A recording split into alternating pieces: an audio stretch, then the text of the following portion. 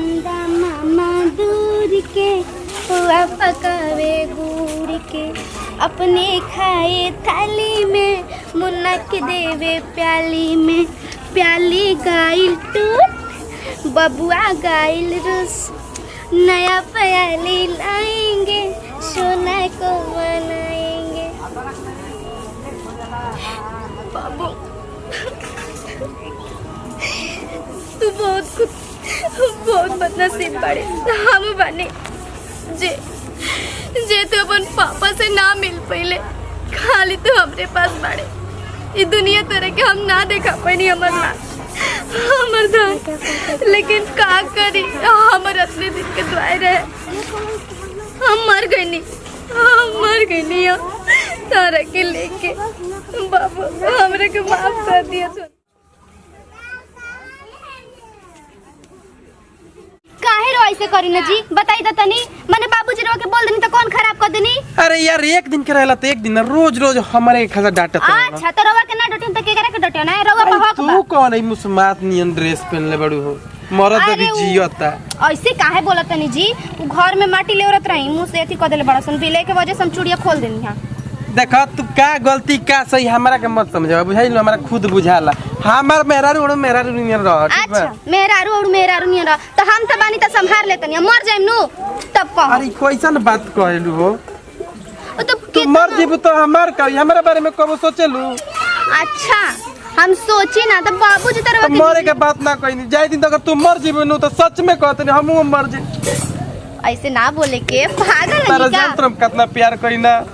कितना प्यार करी ना तू रब से भी ज्यादा हम सबसे भी ज्यादा जौन हाड़ू तू हमारे हाड़ू तोहरे से हम जान से भी ज्यादा प्यार करना जहाँ तक आत्मा कहतनी कि हम अपना घर वाला से माई बाबू से भी बढ़ के हम तारा से प्यार करीना। ऐसे ना बोले कि माई बाबू से बढ़ के प्यार ना करीला ऐसे माई से करीला कि माई जौन दुनिया में ले आइल बिया अब मेहरारू दुनिया छोड़ के हमारा भीरी आइल बिया तुम कैसे तरह के भुला जाइयो कैसे भुला जाइयो। जब इतने ज्ञान बा इतने बुद्धि बा कि माई दुनिया से हमरा के लाइल बिया दुनिया में लाइल बिया और मेहरारू दुनिया छोड़ के आइल बिया तो बाबूजी के बात कहानी के मानत काहे नहीं कि अच्छा खासा काम कर। मेरी प्यारी धनिया मां नाम हो गइल नु हो गइल पक्का काम करम नु काल से एकदम जवन कहबू तवन करम बाकी प्रॉमिस कर वादा कर कि तू कब हमरा के छोड़ के कहीं ना जीबू तू हमेशा हमरा पास रहबू दिल के करीब रहबू। वादा करतनी प्रॉमिस करतनी कि हम तारा पास से कहीं ना जेम अगर मरियो गनी ना गलती से फिर तो हम तोरा पास से आत्मा बन के भटकत रहम रोवा के देखत रहम। अरे यार ऐसा नहीं क्या हो सकत यमराज से भी तारा के छीन के लिए मगर तारा कुछ हो जाइता फिल्मी डायलॉग मारतनी फिल्मी ना रियल डायलॉग मारतनी तारा खातिर धरती आसमान ने क दे तारा खातिर तारा भी तोड़ के लिया दे बाकी तू हमरा कहीं छोड़ के कबो ना जीबू तू हमरा से वादा कर। अच्छा बाबा वादा ठीक बा हमरा जोर से भूख लागल बतनी अपना नरम हाथ से तनी गरम खाना खिया दे। अरे का भाई जी का रोदनी जी अरे का भाई बाबूजी तो बड़ी के ये जाबा का भाई चुप रही बाबूजी हमरा के छोड़ के नहीं की जा सकत बाबूजी ते लौका ताड़ी बाबूजी देखो बाबूजी ओदे बाबूजी देखो बाबूजी कहां लौका देखियो हमरा का भाई बताई ना देखी वो झूठ हो के वो सपना ना हटे उरा ध्यान पे चढ़ गई लेकिन कब तक ऐसा ना कहते दूसरा शादी करें तो ओकरा बाबूजी हम अपना मेहरारू हम कराते दूसरा शादी नहीं कर सकत बाबूजी वो लड़की बाबूजी हमारा पास बाड़ी हमरा दिल में बाड़ी। देखिए हमारी बात मानी जोन होखेलान होनी ओकर भगवानो नहीं खरो कले बाबूजी अब जोन भाई तो भाई अब दूसरा शादी कर ली रहुआ बाबूजी ऐसा हम कवन पाप कइला रानी केहू के का बिगड़ल रानी बाबूजी हमरा के छोड़ के चली गईली बाबूजी। देखिए अब केहू के मतलब चाहे लगी हमरा के छोड़ के जा लेकिन का करम अब मौत की केहू रोक नहीं के ना सकत बाबूजी काहे तो हमरा ऐसा लगेला कि हमेशा हमरा पास रहली जबर सांस ली ना तब हमरा लौके ली बाबूजी बाबूजी कहीं नहीं गई बाबूजी घरे में बाड़ी वो तो पता बा कि घरे में बाड़ी घरे में रहियन घरे में देखभाल करी हन। घर के आदमी मरला घरे ही में ना रहेला। हम ना चैन से सोच सकत ना कुछ बस हमेशा करे याद आवत। शादी कर ले आ बढ़िया से अपन जिंदगी जी।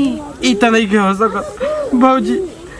ये हिंदू धर्म में कहीं नहीं के लिखल कि एगो मेहरारू के रहते एगो दोसर कोई शादी करी। भौजी वो मुआ नहीं की भौजी, वो जिंदा बड़ी देखिए भौजी, एक दिन जरूर लौट के आन भौजी। जरूर हमरा से वादा कइले बड़ी भौजी, हाथ में कसम देले बड़ी कर पूरा भइल बा। जिएंगे तो साथ और मरेंगे तो साथ। भौजी कुछ करा ना भौजी, उनका के बोलावा ना। हमरो पास ही पानी जी देखी शादी कर ली, छोड़ी उनका बात। हमरो बात जन्नी उमर गोली कही अपन ऐसा लागेला ना स्वर्ग गोली नरक भोगते ही हमरा ऐसा लागेला कि वो हमेशा हमरा साथ बड़ी। हां जी हमेशा रहो साथ बनी और साथ ही रहब। कबो रहो कैसे समझाई लइका के हमेशा रहो पास रहब। देखी ना देखी बबुआ भइल जी हमरा सके वादा कई के भौजी, वादा तोड़ देली भौजी। ना जी हमरा के नहीं के चढ़ला वादा नहीं के तोड़ले। अब का करब, हमनी के ना लिखल रहे के संग जिए के। भौजी हमरा काहे तो ऐसा लागत है कि भौजी हम बहुत ज्यादा दिन ना जिए भौजी। पल पल उनकरा याद में मरत नहीं भौजी। भौजी कुछ बोला भौजी, क्या करी हमरा कुछ समझ में नहीं के। जा बाड़ी जा ठीक बाड़ी, लेकिन वो शादी कर ली कब तक कैसे रोत रह हम बताई भौजी। बुझाला सब के आदमी कि हाँ मर गुल, लेकिन कब तक कैसे रोत रह हम अपन जिंदगी खराब करम। चुप रही तरह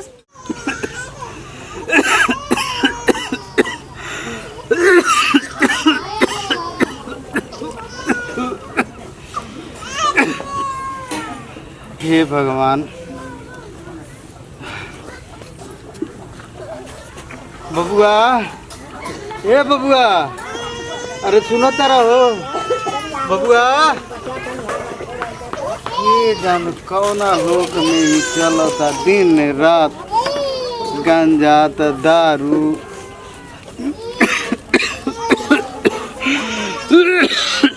बाबूजी उठे का भइल? अरे बाबूजी देखो तनी हुआ के हमके समझ में नहीं कहत कि हम का करी बबुआ जी के। फिर डरा गुलन चिहू के उठा रहन राती खानी कहत रहन कि हमरा पास बड़ी हमरा के छोड़ के नहीं खी जा सकत। ये तो एकदम चिंता खैले जाता हमारे। एगो तो खोखी एकदम परेशान। बताइए सब घर में सबसे ज्यादा होशियार हुए, सब देख रेख करे वाला हुए बाड़े। कब तक आखिर सदमा में रहियन? अब वह तो चिंता हमार खैले जाता। हम का बताई ओकरा के। अब तो तू ही समझावे वाला बाड़ू नु, माई तू ही बाड़ू, बाबूजी भौजाई तो माइये दाखिल होकर ना। हम तो हमार बात है अभी जात रहे ओकरा के चिल्लाता नहीं, इतना चिल्लाता नहीं, लेकिन ना सुने। बताई आखिर कब तक सदमा में रहियन? हमरा कुछ समझ में नहीं खे आवत। और केकरा दिल से उतरी? इतना हंसी खेली घर में रहे, एकदम सबके उसे मिलजुल के बतियावत रहे, कितना बढ़िया रहे घर में, किलकारी गुंजित। आज रवो खुश रहती, हमू खुश रहती, लेकिन भगवान हर खुशी नानू हर केहू के दे दिया। दिल से कहाँ उतरती है? ये तो बात ठीक है कहल। का बाबूजी का बतियाओ तोड़ा? हां देखी ना ये बतियाओ तनी। बबुआ जी पता ना कहाँ चल गनी, पापा जी बुलावते रह गनी। खाना वाना खइला सा?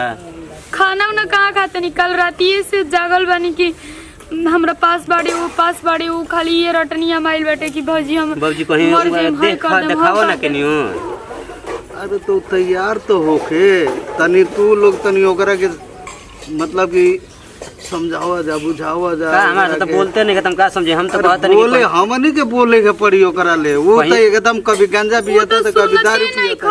अब ये गइला चिल्लाते एक जगह गोझे तो बना उजले चके देखावा जाओ, तभी जो बनवा दियो को दही दही ठीक हो जाई। ओकर भूत परे थोड़ी धइले बा। ओकरा तो सदमा लागल बा, जैसे हमनी के सदमा नहीं के लगल। जैसे लगता है कि एकदम अगना से हमर नाती ही गुम हो गइल बउए, कहीं चल गइल बा। उससे लगता को तो मेहरान हुए हमनी के ते यही तरह दा बुझाता टुए। कितना बढ़िया रहे। जा तो बाबूजी चुप रह, हम जात नहीं देखत नहीं, ठीक बा? देखा तो ना ओकरा के तन पकड़ के ले आवा। हम ले उतने तो आराम से रहलो, ठीक बा? शायद हमार बात मान। हम आवत नहीं का देख के। ठीक बा बाबूजी, रोवा के चाय लावत नहीं हम बना के।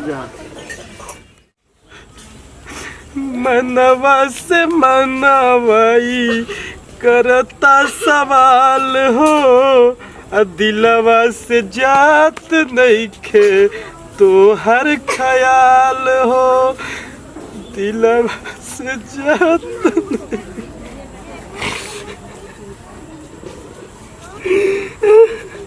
तेरा बिना हमार जिंदगी सुनसान हो गइल बा।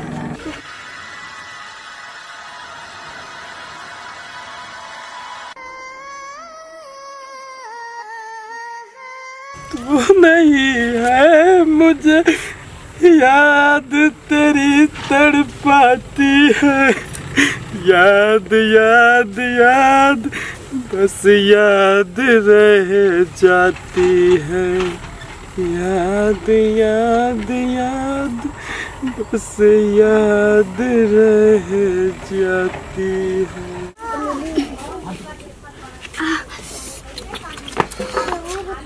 अरे होइसना देहिया में ऐसा कोई का मोर जरूरी बा, छोड़ा हम कर देते हैं। अरे ना ना ना, अरे हो अच्छा दोनों आदमी साथे साथे कोई जा, ठीक बा? आपकी पहचान तड़ो बेटा हुई। अच्छा बेटा बाहर का ख्वाहिश बा? हमरा तो ख्वाहिश बा कि सबसे पहले घर में लक्ष्मी आई। ए लक्ष्मी लक्ष्मी पहले बेटा वाला समय ठीक न रहेला। बाप बेटी रही त माई के मदद करी काम करे में, अब बेटा रही त दिन भर खाली बहरी। हमारा बेटा चाहिए ना, हमारा बेटा चाहिए। अच्छा अब भगवान जी बेटी के घर कटल लगियन त देखी पापा पापा चिल्लाते एकदम बेटा।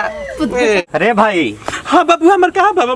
अरे कहाँ ओए बड़ी भाई, है तू होने का चुप चुप चुप का अपन हाल बना ले भाई ते चुप चुप चुप चुप रहो चुप भाई। भैया जिए के नहीं के भैया, अरे कहाँ है से कहता रे बबू चुप चुप।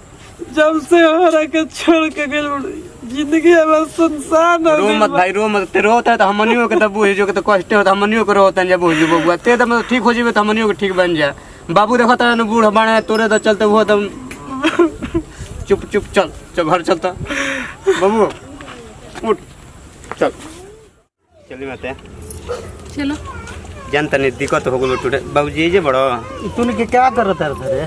का का मना के ले रहनु के सब घर में हमरा ना कुछ चली। तो बाबूजी कुछ देखो तो नहीं हम तो हमारा रह नहीं खाने जाता ओकर हाल देखो तो हमारे से बर्दाश्त नहीं हो तो का बटू बहुत यहाँ के बड़ है और है त हमरा ले पूछ के जाके चाहत रहे का हम पूछिए जो तूने के जौन अरमान में बा घर करल छ तू चल रो घरवा चल चल चल यहीं और तोरा कहले रहे कि ये सब ना। अरे तो बाबूजी काल के ड्रामा ना देखलन ओकर काल के ड्रामा देखनी तो ओकरा भूत पर धइले बा। बाबूजी हमारा विश्वास नहीं कैसे उता तो बताओ ना दीपक भैया नु के एगो तांत्रिक बाणी वहां से तो दिखा देते यहाँ के लिए का होता नहीं अरे दीपक भैया चल यहाँ देखाओ जो का बटू तू चादा से लागबे करी तो ठीक हो जी तो ठीक न कहाँ जी इहे लिया कहीं है नहीं अरे यहाँ के हम माना के ले रही सब घर में ना करे के तांत्रिक है यहाँ के बड़ तांत्रिक हाँ भूत का पिशाच के देखी जरूरत ना रहे?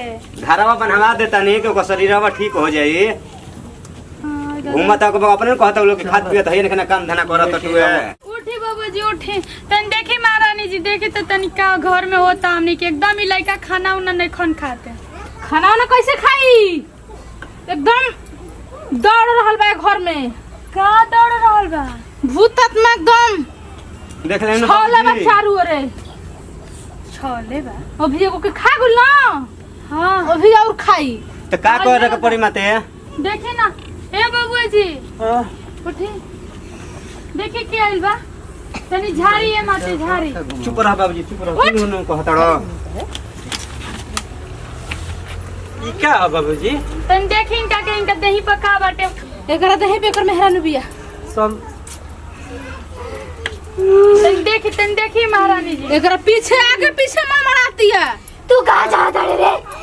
हमरा के निकाल दे घर से और निकाल के हमारे पति के हमरा से दूर कर देवे। ऐसन सबाई को बताई रहो ठीक बटुए महारानी जी हमने कुछ तोरा के तो घरे के आदमी मार देले बा। अपन खास आदमी तोरा के मार देले बा। एकदम एकरा मेहरानु के खास आदमी मारले बा। अब कैमर खास बाय में सब तुम्हारा अपने बाबू जिंदगी अपन तो बड़ा ही बताई अच्छा ये बताई देख देखी ना देखी देखी देखी का होता तू अरे बाप रे बाप एकदम साइड ये मई का भइल? का भइलो बाबू बाबू के मारले बा बता दी सब बता दी का भइलो क्या मारले बा क्या मारले बा करके सब बता दी बाबूजी पहले घर कैमरा नजरी से दूर करो बाबूजी घर में अच्छा, हम दूर कर देंगे। हम दूर कर देते। ठीक बा हम दूर कर देते बाबूजी। बाबू क्या हटा बता काय वाला कर निकला बाबूजी ना हटाओ हटाओ बताई अड्डाई बाबूजी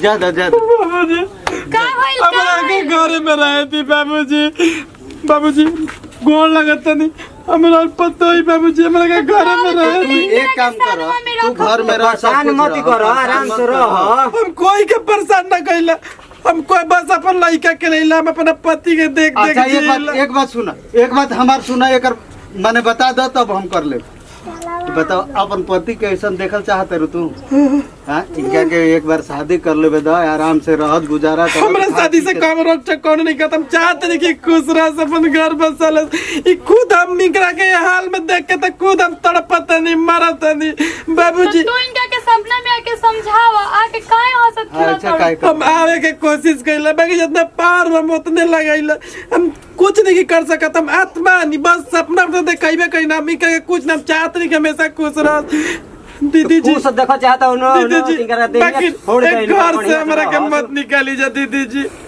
हम हमेशा एक घर में राम करके सहायता करब अच्छा ये बताओ तो इनको खुशी तो देखो। ये बताओ इनका चलते तोरा बाबूजी घर में हमरे रहला से साथ हमरा कोई निकलता। तकलीफ नहीं है लेकिन तू हमारा घर के बढ़िया देखा इनका के ऐसा तू कुछ कर दो कि 2 दिन में हमरा के कह दे कि हाँ बाबूजी हमारे शादी करो हम बाबूजी के न चाहिए कि ओकर पति हमेशा खुश रहे अगर प्रभु सब पट्टू देखल चाहते ही जा तो देखी जाए कर आगे का हुई